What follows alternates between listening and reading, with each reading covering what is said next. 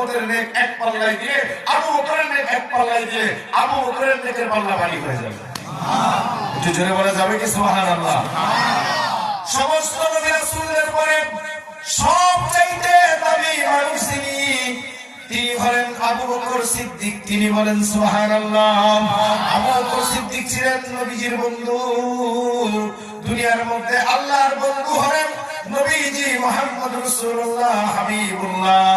আর আল্লাহু আকবার, দুনিয়ার মধ্যে আল্লাহর বন্ধু নবীজি আর নবীর বন্ধু হলেন আবু বকর। জোরে বলেন সুবহানাল্লাহ।